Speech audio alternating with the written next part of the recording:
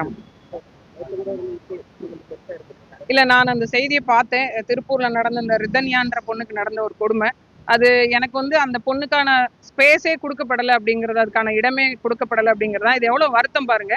ஆ இன்னைக்கு விக்கிற விலைவாசிய பொறுத்தவரைக்கும், ஒரு பெண்ண பெத்து ரொம்ப கடினப்பட்டு வளர்த்து, அந்த மொத்த கனவையும் அந்த பெண்ணுகிட்ட வச்சு, அத ஒரு திருமணம் பண்ணி குடுத்து, தருவாயில அவங்களும் அந்த ஒரு மாரி வாழ்வியல்ல இருந்து தான் வந்தாங்க அப்படிங்கிற மாரி யோசிக்காம, 300 சவரன் போட்ட இடத்துல இன்னும் ஏன் கூடுதலா 200 சவரன் போடல அப்படிங்கிற மாதிரியான கேட்டு கொடுமைப்படுத்தும் அந்த பொண்ணோட குரலை நான் கேட்டேன்.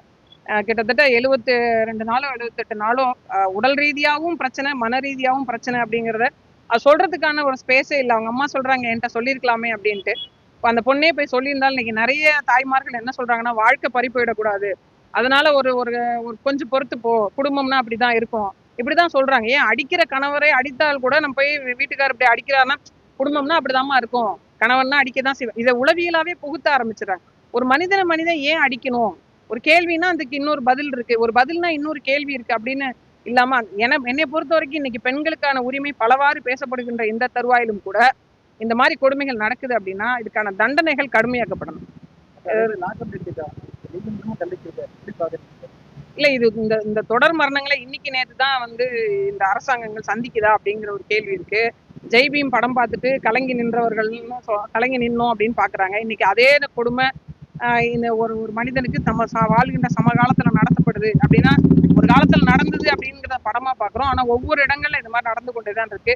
அரசு அதிகாரிகளுக்கு இந்த அதிகாரம் ஒரு ஒரு பெரிய ஒரு இவ்வளவு பெரிய ஒரு உயிரை எடுக்கக்கூடிய அளவிற்கான ஒரு விஷயத்தை எப்படி கொடுக்குது அப்படின்னு தெரியல. ஒரு சக மனுஷன் உங்களுக்கு அடிச்சாலும் வலிக்கும், எனக்கு அடிச்சாலும் வலிக்கும். அப்படி இருக்கிற நிலைமையில ஒரு மிளகாத்தூளை கரைச்சி ஒருத்தர் வாயில ஊத்துறது, இல்ல அவங்க பிறப்பு உறுப்புல மிளகாத்தூளை நுழைக்கலாம். இது என்ன மாதிரியான ஒரு அரக்கத்தனமான சூழ்நிலைன்னு தெரியல. இதுக்கான உச்சபட்சமே என்னன்னா, அதிகாரத்தோடைய உச்சத்தை அவங்க உட்கார்ந்துருக்காங்க. ஒரு சக மனுஷனை நீங்க ஒருத்தரை கைது பண்ணிட்டு போகும்போதே பாருங்களேன், எடுத்தோடனே வாடா போடான்னு பேசுற காவல்துறை அதிகாரிகளை நான் பார்த்திருக்கேன். நான் எல்லாரையும் குறை சொல்லல, நல்லபடியா நடத்தக்கூடியவர்களும் இருக்கிறாங்க. ஆனா குறைஞ்சபட்சம் நீங்கள் மக்களுக்காகத்தான் சேவை செய்ய வந்திருக்கீங்கன்ற எண்ணத்தை உங்களுக்குள்ள விதைச்சுக்கணும். ஒவ்வொரு முறையும் காவல்துறை அதிகாரிகள் இப்படி எப்படி செய்வதும், அதுக்கு பிறகு வருத்தம் தெரிவிப்பதும், இல்ல அவங்கள இடைநீக்கம் பண்ணுவதோ அல்லது முற்றிலுமாக நீக்கம் செய்வதுமாக இது மாதிரி இல்லாம அவங்க மீது கடுமையான நடவடிக்கை எடுக்கணும். அவங்களோட பதவி நீக்கம் மட்டும் அவங்களுக்கான தண்டனை இல்ல. எப்படி ஒருத்தருக்கான கொலை செய்தா அவங்களுக்கான தண்டனை நீதிமன்றத்துல வழங்கப்படுதோ, அதே போன்று அவங்க மீது கொலை வழக்கு பதிவு செஞ்சு நீதிமன்றத்தால் தண்டனை வழங்கப்படணும். சட்டம் கடுமையாக்கப்படணும், தண்டனைகள் கடுமையாக்கப்படணும். அரசு இது உடனடியா கவனத்துல எடுக்கணும். ஏன்னா தூத்துக்குடியில நடந்த அந்த பிரச்சனைக்கு பிறகு கிட்டத்தட்ட 18 இந்த மாதிரி லாக்அப் டெத்ஸ் நடந்திருக்கு. வெளியில தெரியவே இல்லை.